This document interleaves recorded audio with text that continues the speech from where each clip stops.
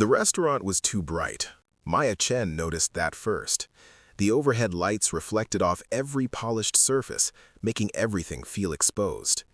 She sat at table 7 near the window, her wheelchair positioned at an angle that left room for someone to sit across from her. The chair across from her had been empty 10 times tonight. 10 men, 10 speed dates, 10 variations of the same moment when their eyes dropped from her face to the wheels, then back up with practiced smiles that never reached their eyes. Some made excuses immediately. Others sat for the required 5 minutes, checking their phones, asking surface questions with voices that said they'd already decided. The organizer, a woman named Patricia with a clipboard and determination, approached Maya's table. Her smile was kind, but tired. "One more," Patricia said softly. "Number 11 just arrived. Are you okay to continue?"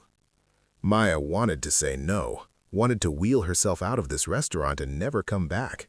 But she'd paid for 12 dates, and some part of her refused to waste the money or admit complete defeat. "I'm fine," Maya said. Her voice came out steadier than she felt. Patricia nodded and walked toward the entrance. Maya smoothed down her blue dress, the one she'd spent an hour choosing, the one that made her feel beautiful when she looked in the mirror at home. Now it just felt like armor that hadn't worked. She watched Patricia speak to someone near the door, a man. Tall, wearing jeans and a button-down shirt that looked like he'd ironed it himself. He had dark hair that needed a cut and tired eyes that suggested he hadn't slept well in weeks. He was holding a backpack. The man looked at Patricia, then at the room full of tables, then back at Patricia with an expression Maya recognized. Uncertainty. Like he wasn't sure he belonged here. He walked toward table 7. Maya straightened in her wheelchair, prepared herself for number 11. The man reached the table and stopped. He didn't sit immediately, didn't let his eyes drop to the wheelchair and linger there. He just looked at her face and said, "Hi, I'm Daniel." "Maya," she replied. Daniel pulled out the chair and sat down. He set his backpack on the floor beside him. "I'm sorry I'm late. My daughter's babysitter canceled last minute, so I had to drop her at my sister's place across town." "You have a daughter?" Maya asked. "Yeah, Sophia. She's 8. Daniel pulled out his phone and showed Maya the lock screen. A little girl with dark curls and a gap-toothed smile, wearing a soccer uniform covered in grass stains. She had a game this morning. They lost, but she scored a goal, so she's been walking on air all day. Maya looked at the photo. Something in her chest loosened slightly. "She's beautiful." "She is." Daniel put the phone away. "So, how's your night going?" The question surprised her. Not "what do you do" or "where are you from" or any of the standard speed dating questions, just "how's your night going?" Maya considered lying, considered saying "fine" or "good" or any of the polite deflections she'd used with the previous 10. Instead, she said, "Honestly, it's been terrible." Daniel's eyebrows lifted. "That bad?" 10 dates, 10 rejections. You're number 11. She didn't know why she was being this honest with a stranger. Maybe because she had nothing left to lose. Daniel leaned back in his chair. "So I should feel special?" "You should feel warned," Maya said. "Apparently I'm not what most people are looking for." "What are they looking for?" "Someone who can walk." The words came out flat. Maya watched Daniel's face, waiting for the expression to change, for the politeness to freeze into awkwardness, for the eyes to slide away. But Daniel just nodded slowly. "Their loss," he said simply. "You don't have to." "I'm not being polite. I'm being honest. If 10 guys couldn't see past a wheelchair, they're idiots, and you're better off without them." Maya stared at him. "You don't even know me." "No, but I know what matters." Daniel leaned forward. "I've been a single dad for 3 years. Sophia's mom left when she was 5. Just walked out one day because she decided motherhood wasn't what she wanted. And you know what I learned? That the people who stay matter more than the people who leave. That character shows up in how you treat people when things get hard, not when they're easy." "And you think I have character because I'm in a wheelchair?" Maya's voice had an edge to it. "I think you have character because you're still sitting here," Daniel said quietly. "After 10 rejections, you didn't leave. That takes guts." Maya didn't know what to say to that. A waitress appeared at their table. "Can I get you anything?" Daniel looked at Maya. "Have you eaten?" "I wasn't planning to." "Why not?" "Because I was supposed to be on a series of 5-minute speed dates, not having dinner." Daniel turned to the waitress. "Can we see a menu?" The waitress looked confused. "The speed dating event?" "I know, but I'd like to have an actual conversation, and 5 minutes isn't enough time. Is that okay?" The waitress glanced at Maya, who found herself nodding. "Yeah, that's okay." The waitress brought menus. Daniel opened his and studied it like it required serious consideration. "What do you like?" he asked Maya.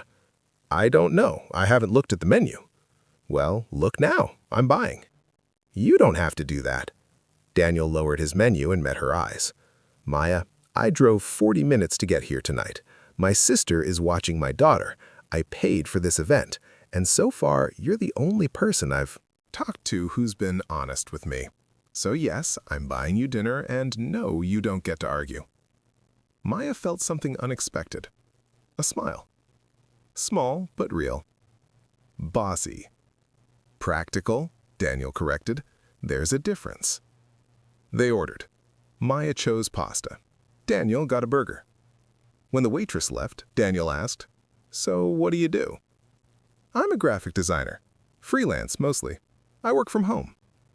"Do you like it?" "I love it. I get to create things, solve problems, work with colors and shapes until everything feels right." Maya paused. "What about you?" "I'm a carpenter. Small custom jobs, mostly. Furniture, cabinets, built-ins. I have a workshop in my garage." "Do you like it?" "I love it," Daniel echoed her words. "I get to create things, solve problems, work with wood until everything feels right." Maya smiled again. Bigger this time. "We're not so different." "Nope," Daniel agreed. "We're not." The food arrived. They ate and talked. Daniel told her about Sophia's obsession with dinosaurs, about the bookshelf he was building for a client who wanted every shelf to be a different height. Maya told him about the logo she'd designed for a small bakery, about the satisfaction of seeing her work printed on their storefront. Time passed. Other speed daters finished their rounds and left. Patricia approached their table once looking concerned, but Daniel waved her off with a smile. "We're good," he said. And they were. It was almost 10 o'clock when Daniel's phone buzzed. He glanced at it and grimaced. "My sister. Sophia's supposed to be asleep by now, but apparently she's refusing to brush her teeth without negotiating bedtime story length." "You should go," Maya said. "I should," Daniel agreed, but he didn't stand up. "Can I ask you something?" "Sure." "Why were you doing speed dating?" Maya looked down at her plate. "Because I've been in this chair for 2 years. Car accident. Some drunk driver ran a red light and changed my life in about 3 seconds. And since then, I've been trying to figure out how to date, how to meet people, how to explain that I'm still me, just seated differently." She looked up. Speed dating seemed efficient. Quick way to meet people who might be open to. She gestured at her wheelchair. "This." "And instead, you met 10 guys who couldn't see past it." "Yeah." Daniel was quiet for a moment. Then he said, "I don't see a wheelchair when I look at you." "Daniel, I see someone with incredible eyes, someone who smiles when she talks about her work, someone who's funny and smart and didn't give up even when she had every reason to." He leaned forward. "The wheelchair is just how you get around. It's not who you are." Maya's throat tightened. "You can't know that. You just met me." "You're right. I can't know everything about you from one dinner, but I know I'd like to find out more." Daniel pulled out his phone. "Can I have your number?" "Why?" "Because I'd like to take you on a real date. Not a speed date, not a pity date, just a date with someone I enjoyed talking to." Maya stared at him. "I don't need charity." "Good, because I'm not offering charity. I'm asking if you'd like to have dinner with me again. Maybe coffee first, if dinner feels like too much pressure, whatever you're comfortable with." "And if it doesn't work out?" "If you decide, then we tried," Daniel said simply. "But I won't know unless you say yes." Maya looked at this man who'd shown up late, who'd listened to her confession about 10 rejections, who'd bought her dinner and made her laugh. This man who looked at her like she was a person, not a problem. Okay, she said quietly. Okay? Yes. Coffee. Let's try coffee. Daniel's smile was bright enough to make the too bright restaurant feel warm instead of harsh. He handed her his phone. Maya typed in her number. When she handed it back, Daniel immediately sent her a text. Now you have mine too. They stood. Maya maneuvered her wheelchair away from the table. Daniel picked up his backpack and walked beside her toward the exit. Not ahead of her, not behind her, beside her. Outside, the night air was cool. Daniel's car was parked 2 blocks away. Maya's accessible van was closer. I can walk you to your van, offered Daniel. I'm okay, but thank you. They stood there on the sidewalk. Other speed daters walked past them, heading to their own cars, their own lives. Thank you for tonight, Maya said. For staying, for listening. Thank you for being honest, for giving number 11 a chance. Maya smiled. Lucky 11. Yeah, Daniel said softly. I think so. He walked backward a few steps, waving. Then he turned and headed toward his car. Maya watched him go, this stranger who'd become something more in the space of 2 hours. Her phone buzzed. A text from an unknown number. Already looking forward to coffee. Is Saturday too soon? Maya typed back. Saturday is perfect. She wheeled herself to her van, activated the lift, and secured her wheelchair inside. As she drove home through the quiet streets, she thought about 10 rejections and one conversation that had changed everything. The restaurant had been too bright, but maybe that had been the point. Maybe she'd needed that harsh light to see clearly when the right person finally showed up. Saturday arrived with rain. Maya woke to the sound of water hitting her bedroom window and immediately checked her phone. No cancellation text from Daniel. She hadn't expected one, but some part of her had been braced for it anyway. They'd agreed to meet at a small coffee shop downtown at 2 in the afternoon. Maya spent the morning trying on different outfits, frustrated with herself for caring so much. It was just coffee, just a second meeting with someone she barely knew. Except it felt like more than that. She settled on jeans and a green sweater that brought out her eyes. Simple, comfortable.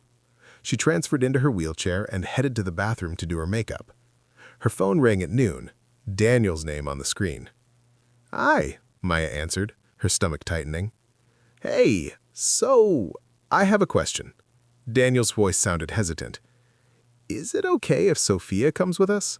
My sister had an emergency at work, and I can't find another sitter on short notice. I completely understand if you'd rather reschedule.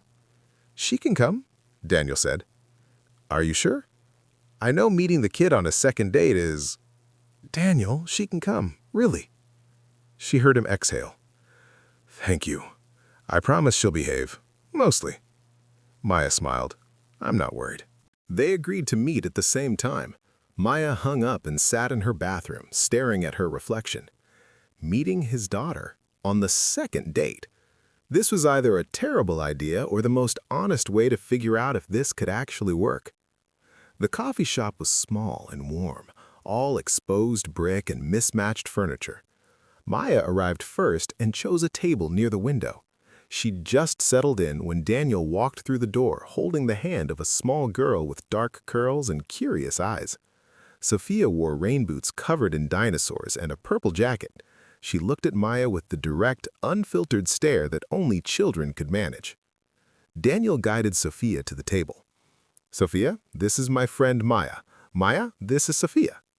Hi, Sophia said. Then, without pause, why are you in a wheelchair?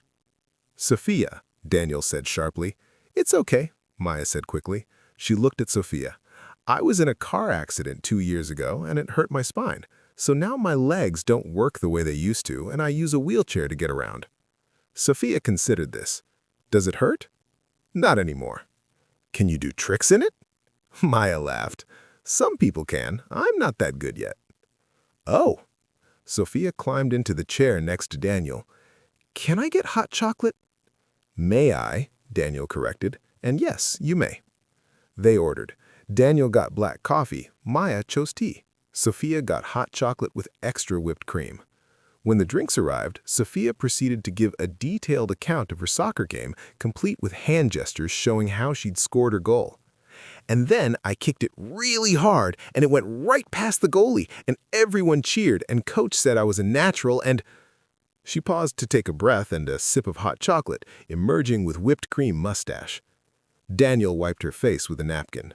"Breathe, kiddo." Sophia turned to Maya. "Do you like soccer?" "I've never played," Maya admitted. "But I like watching it." "You should come to my next game. It's next Saturday. We're playing the blue team, and they're really good, but I think we can win if we practice hard." Maya glanced at Daniel, who looked slightly panicked. "I'd love to," Maya said. Sophia beamed. Daniel stared at her. Maya shrugged. "If the invitation's open?" "It's open," Daniel said quietly. They spent an hour at the coffee shop. Sophia asked Maya about her work, about where she lived, about whether she had any pets. Maya asked Sophia about school, about her favorite dinosaur, about what she wanted to be when she grew up. "A paleontologist," Sophia said confidently. "That's a person who studies dinosaur bones. I'm going to discover a new species and name it after myself." "That's ambitious," Maya said.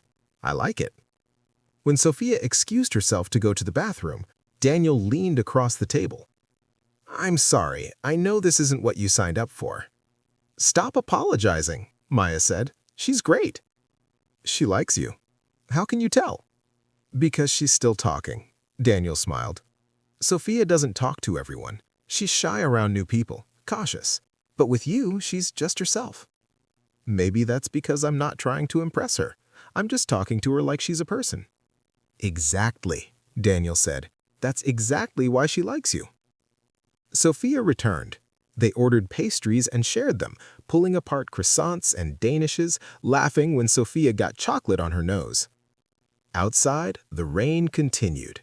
Inside, the coffee shop felt like its own small world. When they finally left, Daniel walked Maya to her van. Sophia held Daniel's hand but walked on Maya's other side, asking questions about the van's wheelchair lift. "That's so cool," Sophia said as Maya demonstrated how it worked. "It's like a robot." "Kind of," Maya agreed. Daniel buckled Sophia into his car, then returned to where Maya waited by her van. The rain had softened to a drizzle. "Thank you," Daniel said, "for being so good with her, for not making this weird." "It's not weird," Maya said. "She's part of your life. If we're going to—" She paused, searching for words.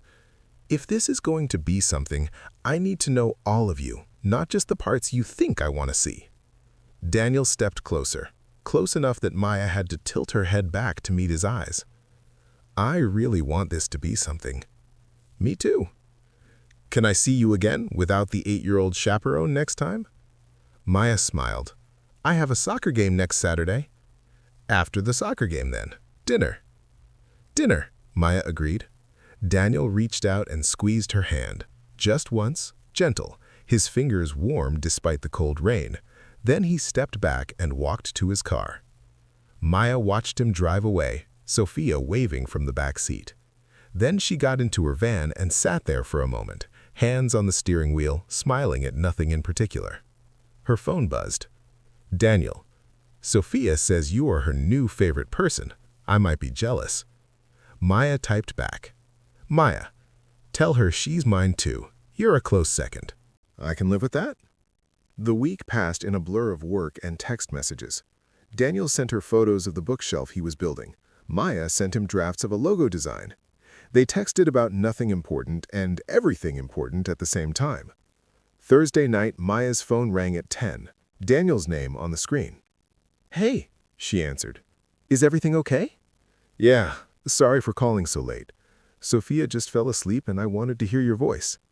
Maya's chest warmed. "That's allowed?" "I've been thinking about Saturday." "Having second thoughts about the soccer game?" "No, about dinner after." Daniel paused. "I want to cook for you. At my place. Is that too much?" "You want me to come to your house?" "I know it's not traditional. I know there's this whole thing about when to invite someone to your place, but I don't have a lot of free nights, and when Sophia's asleep, my place is quiet, and I thought—" He stopped. I'm rambling. You're nervous, Maya said softly. Yeah. Don't be. I'd love to come to your house for dinner. She heard him exhale. Okay, good. I'll cook something that won't poison you, I promise. The bar is low. Daniel laughed. Saturday then. Soccer game at 11, dinner at 7? It's a date. After they hung up, Maya sat in her living room staring at her phone. Going to his house, meeting his daughter at a soccer game. This was happening fast, maybe too fast. But maybe fast was okay when it felt right. Saturday arrived clear and cold. Maya drove to the soccer field, parked in the accessible spot, and wheeled herself to the sideline. Daniel waved from the bleachers. Sophia was on the field, stretching with her team. Maya found a spot with a good view. Daniel joined her, carrying 2 coffees. You brought provisions, Maya said. I know my audience. Daniel handed her a cup. Sophia's playing forward today. She's been practicing her kicks all week. They watched the game start. Sophia ran up and down the field with determined energy, her dark curls bouncing. She didn't score in the first half, but she came close twice. At halftime, Sophia ran over. Did you see? Did you see that almost goal? I saw. You're playing great. We're losing, though, Sophia frowned. 2-1. There's still time, Daniel said. Go hydrate. Sophia ran back to her team. Daniel turned to Maya.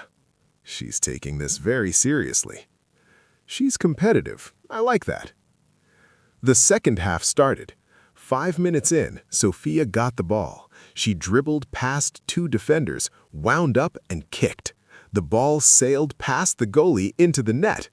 The sideline erupted. Maya cheered. Daniel jumped to his feet, shouting.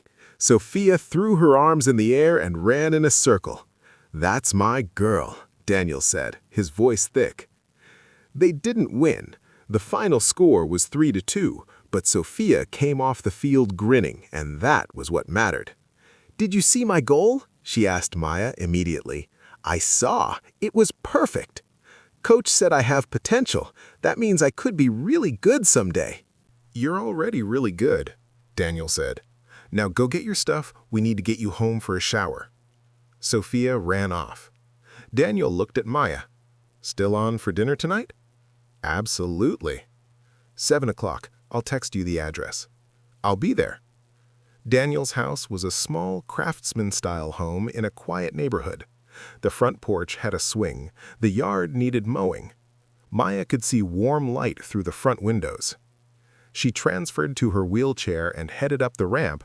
She noticed it was new, the wood still fresh, to the front door. Before she could knock, it opened. Daniel stood there in jeans and a t-shirt, looking nervous. Hi. Hi. Did you build that ramp? He glanced over her shoulder. This week. I realized my front steps weren't exactly accessible. Something in Maya's chest tightened. You didn't have to do that. I wanted to. Daniel stepped aside. Come in. The house was small but warm.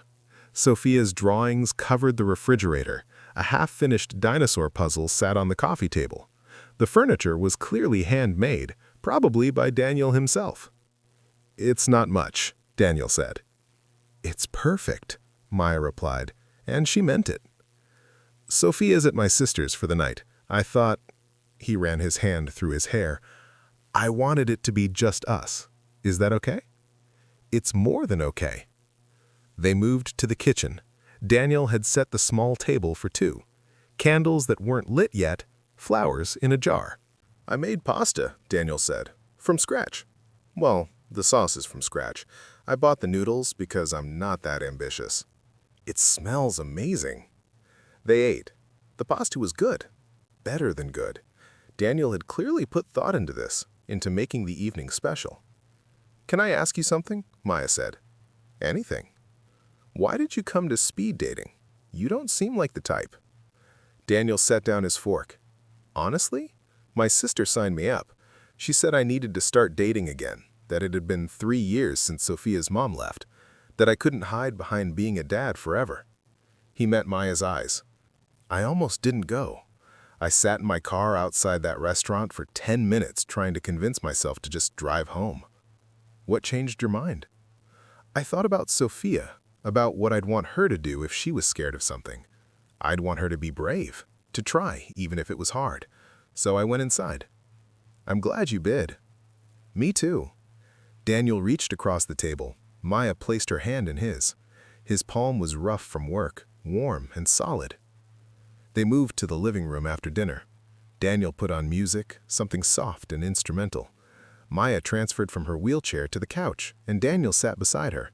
Not too close, not too far, just present. "Can I tell you something?" Maya asked. "Yeah." "I was terrified tonight. Terrified that coming here would make everything too real, that I'd see your life and realize I didn't fit into it, that—" She stopped.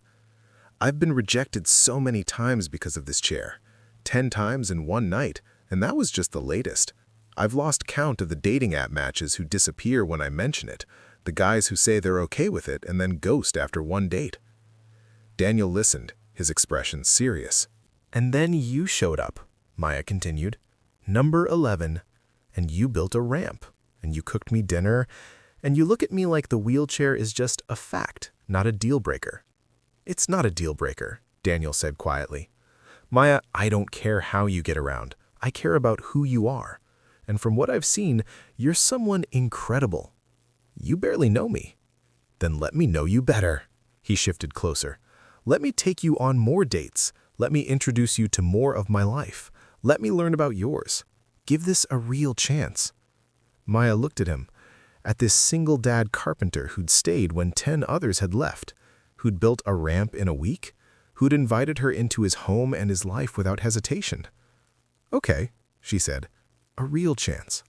Daniel smiled. Then, slowly, giving her time to pull away if she wanted, he leaned in and kissed her. It was soft, gentle, perfect. When they pulled apart, Maya was smiling. "That was nice." "Yeah," Daniel agreed. "It was." They spent the rest of the evening talking about childhoods and dreams, about fears and failures, about what they wanted from life. Maya told him about the accident, about the months of physical therapy, about learning to navigate a world that wasn't built for wheelchairs. Daniel told her about Sophia's mother leaving, about the rage and grief that had nearly broken him, about learning to be both parents at once. "I used to think love meant never leaving," Daniel said. "But now I think love means showing up, day after day, choosing to stay even when it's hard." "Is that what you're doing with me?" Maya asked. "Choosing to stay?" "Every day," Daniel said simply. When Maya left that night, it was late. Daniel walked her to her van, helped her load her wheelchair, kissed her goodnight with a tenderness that made her chest ache. "Text me when you get home," he said. "I will." She drove through the quiet streets, her mind full of the evening, of dinner and conversation and kisses, of a man who'd shown up when it mattered. When she got home, she texted him. "Maya, home safe. Thank you for tonight, for everything." Daniel, "Thank you for giving 11 a chance." Maya, "Best decision I ever made." 3 months passed. Maya met Daniel's sister, his friends, the parents of Sophia's soccer teammates. She went to every game, cheering from the sideline, becoming a familiar face to the kids who high-fived her after matches. Daniel met Maya's parents, her best friend, her clients who stopped by during meetings. He built her a custom desk for her home office, designed specifically for her wheelchair, with everything at the perfect height. They didn't rush. They took time. But every date, every conversation, every moment together felt like confirmation that this was right. One evening, Maya was at Daniel's house. Sophia was doing homework at the kitchen table. Maya was helping her with math problems. Daniel was cooking dinner. "Maya," Sophia said suddenly, "can I ask you something?" "Sure, kiddo." "Are you my dad's girlfriend?" Daniel froze at the stove. Maya met his eyes across the kitchen. He looked terrified. Maya turned back to Sophia. "Would that be okay with you if I was?" Sophia considered this seriously. "Yeah, I think so. You're nice, and you come to my soccer games, and Dad smiles more when you're here." "Then yes," Maya said softly. I'm his girlfriend. Sophia nodded, satisfied, and went back to her math problems. Daniel looked like he might cry. Later, after Sophia was in bed, Daniel and Maya sat on the couch. His arm was around her shoulders. Her head rested against his chest. I love you, Daniel said quietly. Maya lifted her head to look at him. What? I love you. I've been wanting to say it for weeks, but I didn't know if it was too soon, if you felt the same way, if... Maya kissed him. When she pulled back, she was smiling. I love you too. Daniel's smile was bright enough to light the whole room. Yeah? Yeah. They sat in the quiet house, holding each other, and Maya thought about that night in the Too Bright restaurant, about 10 rejections and the exhaustion of trying to convince people she was worth their time.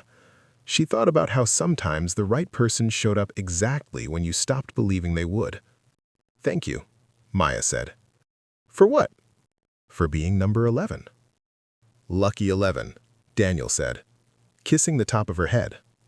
For both of us, Maya said. And it was.